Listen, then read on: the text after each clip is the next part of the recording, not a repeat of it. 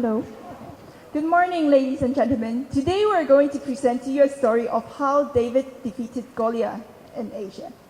I'm sure that all of you are quite familiar with this story of Uber, but how about Grab? Has any of you heard of Grab before? Actually, a few months before. Oh, really? You heard of that? Good. So a few months ago, actually, Uber ceded all its business in Southeast Asia to this company called Grab. And it's quite interesting. Actually, that wasn't unprecedented because of what happened to Didi in China back in 2016 and what happened to Yandex last year. But the situation to Grab was far more interesting because the battle was played across 8 different Southeast Asia countries where the jurisdiction, language, currency fully differ. Southeast Asia is always seen as a very scattered battleground where businesses is impossible to conquer the whole region. But itself being evaluated as the most highly valuation company in Southeast Asia at this very moment, standing at $10 billion. Grab has proven that it can do it. Not only that it offers ride-hailing service to all the customers, but also financial lending customer to population, where over 70% of population do not have any bank account and 80% of population do not have any means to get any financial assistance. Grab has proven that it's willing to bridge the gap across all the geographic, language, and currency barrier to offer necessary service. Its investors include many brand names, including Alibaba, Uber, Didi, and 4 more. But the situation wasn't that rosy back then. This was how the world looked like to Grab back in 2012, when Uber was already presented in over 50 countries across the world. Grab was still starting its very baby step back in Malaysia. 1 year later, very fast, Grab was facing head-to-head with Uber in 3 Southeast Asia countries. And 3 years shortly, they are facing across in 8 different Southeast Asia countries at the same time. They competed to offer free rides, and in many circumstances, Uber was proven to be far more resourceful at giving out free cash. But what happened? A few months later, Uber suddenly announced to withdraw all their businesses and cede all their businesses, including ride-hailing, food delivery, and all others, to Grab. Why? Especially considering that Uber already invested over $400 million in Southeast Asia, and it always claimed that it will not leave this place where it already spent 7 years as Uber home. Far more interesting was that actually Uber not only being technologically more advanced, it charged customer less across all the region and offered driver more fee. So if it wasn't money that turned the tide, what happened that helped Grab to succeed in the very end? In the following, we're going to present you the future ride-hailing company in Southeast Asia, but also in Asia. But first, why ride-hailing is necessary in Southeast Asia? The answer is very simple. In fact, many Southeast Asia countries, like Malaysia, are ranked top in the world for offering poor taxi services, according to a research by London Cab. They overcharged customers as much as possible. So Grab started out with a noble mission to resolve real social pain points. Many people appreciated it. In 2014, Grab received up to $1 billion of investments, but compared to other well-established companies like Didi and Uber, this was not very significant. However, as Grab develops, it has proven to be very successful in establishing business partnership. Everything looks so smooth, but actually there are lots of obstacles in between. Now we're going to look into them. It is always difficult to start a business, especially when you don't have a physical product in hand. All you have is just a concept to improve the transportation system. So it was very hard for Grab to get individuals on the platform in the very beginning. So they started to approach taxi driver groups. And by the 5th approach, which was 6 months after launching their businesses, they finally got their first business partnership. When Grab grew bigger and bigger, the government started to regulate it in 2015. Taxi drivers protest against the increased competition from Uber and Grab. The Indonesian government banned them from directly interacting with drivers. Uber took a month to respond to this incident, but Grab quickly set up a cooperative to give taxi drivers and union a local platform to negotiate, creating a win-win-win situation for the government, the taxi drivers, and Grab itself. In 2017, Uber and Grab became the two dominating operators in Southeast Asia. From 2016 onwards, Grab was facing its toughest competition because Uber left China and started to focus on Southeast Asia. The competition was so intense that they competed to offer free services. However, Grab didn't back off and it continued to serve its customers. It was a tough year, but Grab managed to initiate lots of changes to win the competition. And at last, Grab successfully acquired Uber.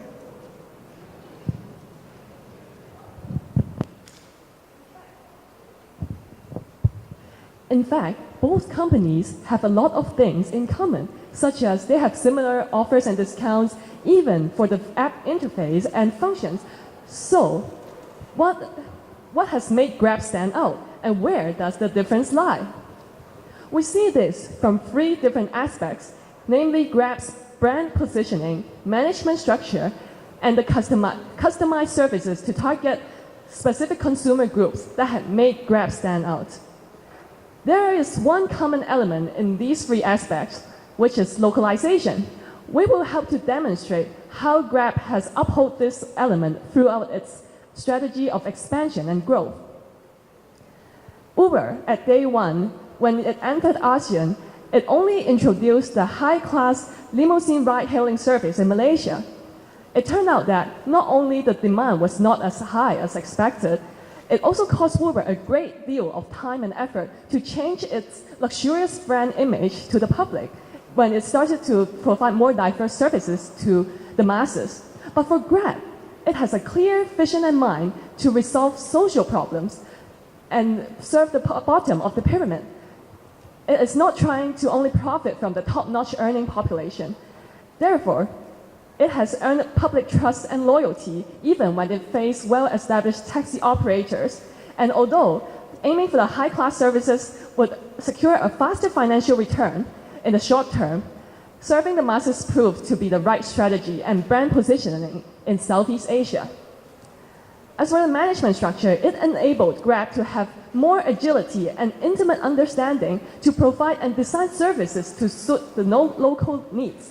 We do not only want you to notice there's a difference in nationalities between the manager of both companies. More significantly, hiring local managers enabled Grab to respond more quickly and make quick decisions to overcome regulation hurdles.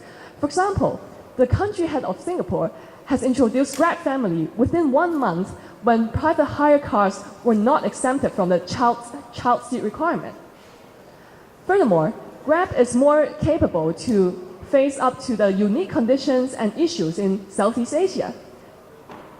The first issue is that there is a low cash and non-cash and credit card penetration rate in Southeast Asia. But facing with this situation, Uber still used its Western operation model and adopted in the Southeast Asian countries. It only offered electronic payment and rejected to accept cash in the services, while Grab already accepted cash on day one. And what happened afterwards is 3 years later, Uber changed its strategy and started to accept cash, but it has already lagged its growth and development behind in the Southeast Asia region. And facing with the unique local demands, Grab has noticed that it is a highly dominant transportation mode for people to ride on motorcycles. Therefore, it introduced Grab Bike in Vietnam early in 2014. And it was an unprecedented service that was never appeared in the regional ride-hailing market. And afterwards, Uber followed suit, but also it was 2 years later. To address the lack of rural transportation, GrabHitch was introduced to provide rural commute services to passengers, and at the same time, drivers can pick up orders along their way home, and it increased the driver's income. But for Uber, their services is only constrained to the urban areas with high population density. And these are the factors we consider what has made Grab stand out and turn threats into opportunities at every turning point. Everything just sounds so rosy, but actually there will be lots of challenges ahead, especially internal and external. Internally, Uber has always been challenged for its revenue model, whether its profit is enough to support its business. And the same question should also be offered to Grab, whether it could last long enough to be a ride-hailing giant. And the second thing will be about competition. Competition, we're not meaning only about the ride-hailing competitors, but also all sort of transportation model. Grab is already transforming itself into a payment service, but that is not enough. Grab has to do more to transform itself in face of these challenges. With itself being the most downloaded app in Southeast Asia, the most valued company in Southeast Asia, and owning to 1 billion revenue last year, it is set on a path to become a super app of the whole region. Mentioning super app, the first thing sprang to our mind would probably be WeChat, because people in China don't even have to leave WeChat to spend their whole day life. We compare WeChat and Grab in our analysis, and we see lots of similarity in their path of becoming a super app of a region, including enrolling a payment system and opening up API. But that is far from enough. There should be 4 more revenue earning methods Grab should consider to become a super app of the whole region. So we compare 4 other super apps we consider with Grab and see what kind of function Grab should strengthen. And there are 2 aspects Grab should do. The mainly will be doing more online advertising solution and strengthen business partnership. So the theme of this year being digital presence or your digital footprint being associated with your profitability if you're a digital company, Grab should seriously diversify in offering more digital advertising solutions like what Didi, Meituan, Gojek, and others did, as well as negotiate with its business partner to feature Grab services and its interface on their platform, like what Didi did with Alipay, which Alipay featured Didi service on its platform. At this very moment, digital marketing is in a huge demand, estimated to be around $3 billion US, and the trend is growing. But there is not enough supply to this demand, with itself owning up to 36 million user base, which is more than 1/10 of users across the whole Southeast Asia, and a growing user base. Grab is set on a path to be a super app connecting users and all diverse of industry across Southeast Asia. So people not only can ride and pay through its service, but also could connect with all kind of e-commerce or other solutions they are looking for.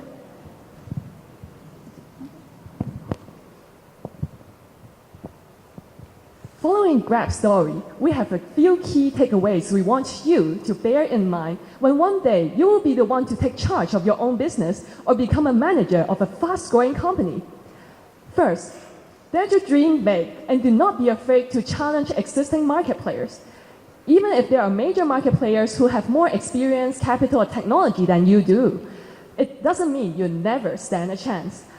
By filling in the gaps of your competitor services, your consumers will make smart changes to turn towards your business if they think your idea is worthwhile.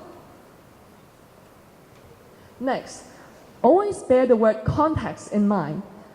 From books or from experience, we may learn there are certain management and marketing strategies that make certain companies successful, but it doesn't always, copying the same model across different industries and locations doesn't guarantee the same level of success. Always put your consumers close to your heart and think about what are their habits and what is their culture. There, you will be able to differentiate yourself from other companies by providing and designing the tailor-made services that suit to their context. Also, by uncovering the commercial value and uncovering market needs before the consumers themselves even realize, you will be able to create your unique commercial value and be a pioneer of new markets, just like how Grab did by introducing the motorcycle and shuttle bus service. There is no golden rule to a successful business. You will always appeal to customers by handing out free cash and discounts, but how long-lasting will your business be?